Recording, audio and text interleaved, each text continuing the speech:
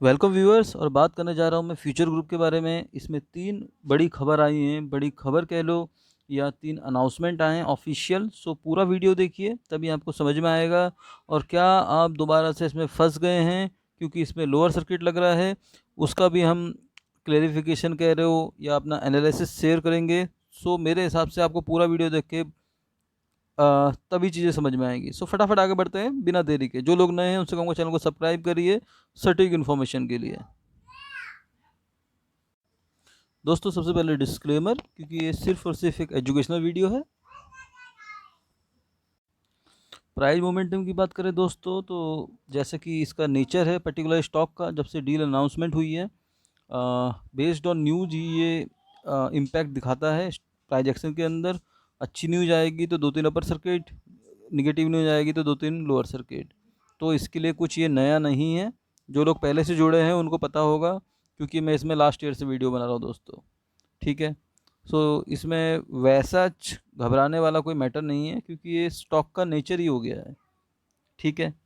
65 रुपये 60 पैसे पे क्लोजिंग दी है लोअर सर्किट के साथ। 5 लाख से ऊपर की डिलीवरी शेयर ट्रेडिंग वगैरह हुई है, डिलीवरी भी उठी है, क्योंकि लोअर सर्किट था दोस्तों, तो परसेंटेज तो हाई आना स्वाभाविक है। और सिर्फ फ्यूचर रिटेल नहीं दोस्तों, मैं सारे जो भी इस ग्रुप के शेयर हैं उनके बारे में बात करना चाह रहा हूँ। चाहे वो फ्यूचर कंज्यूमर हो, उसमें 7% गिरावट हुई। फ्यूचर इंटरप्राइजेज 12 रुपये पहुँच गया है। Future retail 65, future supply chain 105 और फ्यूचर मार्केट नेटवर्क 17। और जो कि ये बड़ी स्पीड से बढ़े थे। बट ये अच्छा हुआ इनके साथ कि इनका जो सर्किट बैंड था वो चेंज हो गया, रिवाइज हो गया। तो जैसा बड़ी गिरावट, अगर लोअर सर्किट बड़े उस पर लगता बैंड पे, तो ज़्यादा लॉस वगैरह और इम्पैक्ट पड़ता।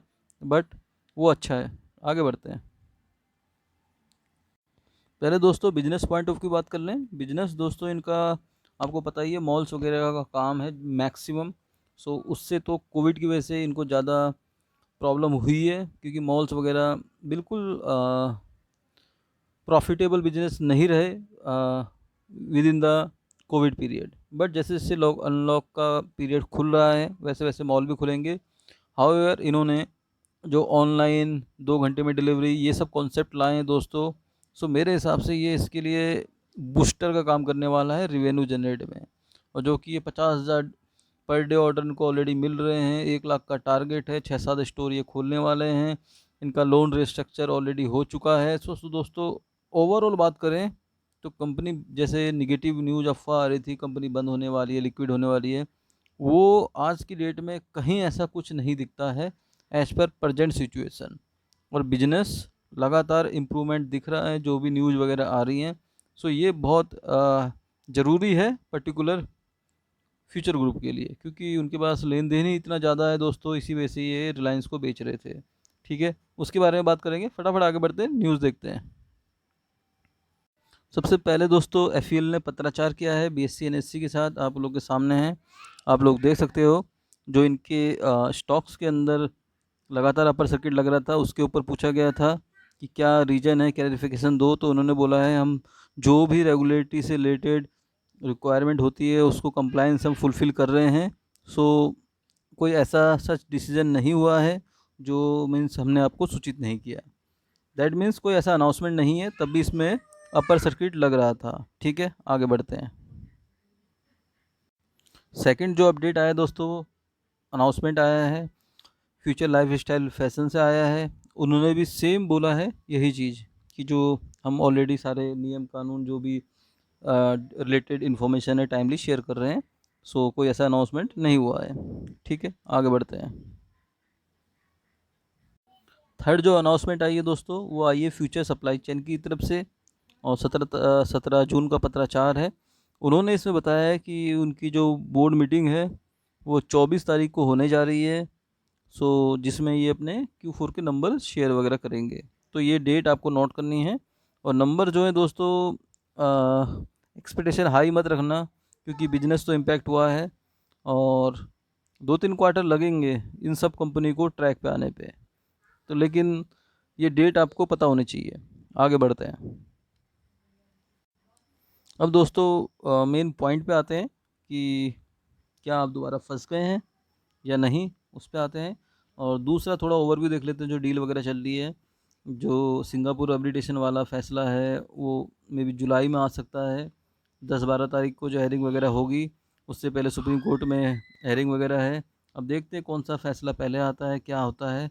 वो तो फ्यूचर वाला हिसाब किताब हो गया कि क्या होगा, कैसे होगा। और अगर सिंगापुर का पहले आता है तो जाहिर सी बात है सुप्रीम कोर्ट में फिर दोबारा से ये एफिडेविट के साथ वो फ़ैसला भी इनको सबमिट करना पड़ेगा। सो वो भी कहीं न कहीं लीगली वैलिड हो सकता है, जो न्यूज़ वगैरह आ रही हैं। तो मीन्स अभी बहुत कुछ होना बाकी है इसके अंदर, ठीक है। अब सीधे पॉइंट पे आते हैं। पहली बात, जिन्होंने पहले ख़रीदा था, मैं पहले ही बता चुका हूँ, 41 से 55 का लेवल जो मैंने पहले बताया था, लास्ट वीडियो में बताया था कि अगर उसको पार करता है तो आराम से 64-65 का टारगेट हमें देगा। तो वो इसने दे दिया है, ठीक है। लेकिन जिसने नई बाइंग करी है, मैं उनके लिए बता दूं पहले, अगर 60 से ऊपर की बाइंग है दोस्तों, तो थोड़ा सा आपको समय देना पड़ेगा इस स्टॉक के अंदर। ऐसा कुछ नहीं है। पहला पॉइंट इसके अंदर यह है कि जो इसकी मूविंग एवरेज की लाइन है, ये छोटी सी लाइन आपको दिख रही होगी ब्लू कलर की, उससे अभी ऊपर ट्रेड कर रहा है। दैट मीन्स अभी पॉजिटिव डायरेक्शन में है। तो ये बहुत पॉजिटिव संकेत है as per the technical view, ठीक है। दूसरा पॉइंट दोस्तों, हम बात करेंगे आरएसआई की। और आरएसआई में दोस्तों ये देखिए आप, आरएसआई 70 पार हो गया था इस पर्टिकुलर पोर्शन पे आके, ये देखिए आप। तो अगर आप सभी को पता होगा, अगर आरएसआई 70 प्लस हो जाए तो उसको ओवरबोट जोन बोलते हैं। और ओवरबोट जोन में दोस्तों गिरावट कोई ऐसा नहीं है कि पर्टिकुलर फ्यूचर ग्रुप में आएगी। कोई सा भी स्टॉक हो, ओवरबोट जोन में पार हो जाए तो जाहिर सी बात है उसके अंदर गिरावट एक्सपेक्ट होती है, और वही इसके अंदर देखने को मिला है। बट ऐसा कोई निगेटिव न्यूज़ नहीं आई है, आपको ये समझना है। तो मेरा मानना है कि थोड़ा सा ये जो इसका 60 रुपये का लेवल है, ये एक स्ट्रॉन्ग सपोर्ट है इसके पास। और नेक्स्ट ट्रेडिंग सेशन में इसमें पहले लोअर सर्किट लगेगा, जो हाई चांसेस हैं, क्योंकि ऑर्डर ऑलरेडी लगे हुए हैं सेल के। बट कहीं ना कहीं ये 60 और 65 वाली रेंज के अंदर अब ये रेंगना चालू कर देगा instead of circuit to circuit, क्योंकि कोई न्यूज़ नहीं है। इस वजह से न्यूज़ आएगी तो फिर ये सर्किट वाला खेल शुरू हो जाएगा इसका, ठीक है। तो मेरे हिसाब से 60 वाला लेवल इसको फ़िलहाल नहीं तोड़ना चाहिए। अब ये इससे ऊपर ही ट्रेड करने वाला है, जो हाई चांसेस लगते हैं, क्योंकि ये सपोर्ट जोन भी अच्छा खासा है, ठीक है। दूसरा पॉइंट, इन केस तोड़ भी देता है, क्योंकि अभी कोई पता नहीं क्या न्यूज़ आती है कैसे है। सो उसके बाद सीधे फिर हम 52 तक का एक गिरावट गहराती हुई देख सकते हैं as per the technical chart जो बता रहा है।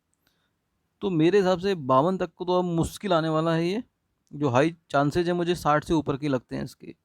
और रिलायंस की बोर्ड मीटिंग वगैरह भी है, तो कहीं ना कुछ अनाउंसमेंट उसमें भी आ सकता है। सो वो भी रिलेट करेंगे। तो कहीं ना कहीं शॉर्ट टर्म के अंदर मुझे इसके अंदर जो टारगेट दिखता है दोस्तों, वो आराम से मुझे 88 या 86 को एक बार ये हिट करने वाला है विद इन जून, या फिर 15 या 20 दिन के अंदर, जो हाई चांसेस लगते हैं, अगर कोई नेगेटिव न्यूज़ नहीं आई तो। ये टीएनसी इसलिए बोल रहा हूँ दोस्तों क्योंकि न्यूज़ वाला स्टॉक है, ठीक है। सो मेरे हिसाब से अभी इसके अंदर कोई नहीं फंसा है। और जो आपको डरा रहे हैं कि आप फंस गए दोबारा से लेके ये सो वो, इसीलिए मैंने लिखा था आप फंस गए हो। अब मेरे हिसाब से ये अप साइड ही जाने वाला है, और 86 तक ही टच करने वाला है शॉर्ट टर्म के अंदर, चाहे वो 15 दिन लगाए चाहे 20 दिन लगाए। बट 60 रुपये का लेवल थोड़ा सा एक देखने वाला है। जो मैंने बोला है कि 60 रुपये में जाएगा, फिर वहाँ से थोड़ा सा बाउंस बैक करे, तो अगर ये होता है तो दोस्तों 86 भी जाएगा, ये मेरा मानना है। होप आप लोगों को बात समझ में आ गई होगी। और जो लॉन्ग टर्म निवेशक हैं दोस्तों, सो आज की डेट में लॉन्ग टर्म वाला शेयर मार्केट के अंदर कंसेप्ट थोड़ा ना लूज हो गया। लूज मीन्स फ्लैक्चुएशन इतनी ज़्यादा हो गई है कि अगर आप 6 महीने शेयर को छोड़ देंगे तो वो 30% ऊपर जाके फिर 30% नीचे आ जाएगा। तो लॉन्ग टर्म वाला कंसेप्ट ना थोड़ा फ्लैक्चुएशन ज़्यादा हो गई है, तो थोड़ा सा ध्यान दीजिए लॉन्ग टर्म वाले। मैं तो ये बार बार कहूँगा आपसे कि आप लॉन्ग टर्म ले लिया वो ठीक है, रख के भूल जाओ। वो था दोस्तों एक ज़माना, लेकिन अब ये ज़माना नहीं है। अब आपको मॉनिटर करना पड़ेगा, क्वार्टरली रिजल्ट मॉनिटर करने पड़ेंगे, और time to time profit book करके फिर लोअर लेवल पे, सपोर्ट लेवल पे ख़रीदना पड़ेगा। ये आपको करना पड़ेगा, जो मुझे हाई चांसेस लगते हैं। ठीक है, सो बात समझ में आए तो वीडियो को लाइक, चैनल को सब्सक्राइब करना। मिलते हैं नेक्स्ट वीडियो में, बाय बाय।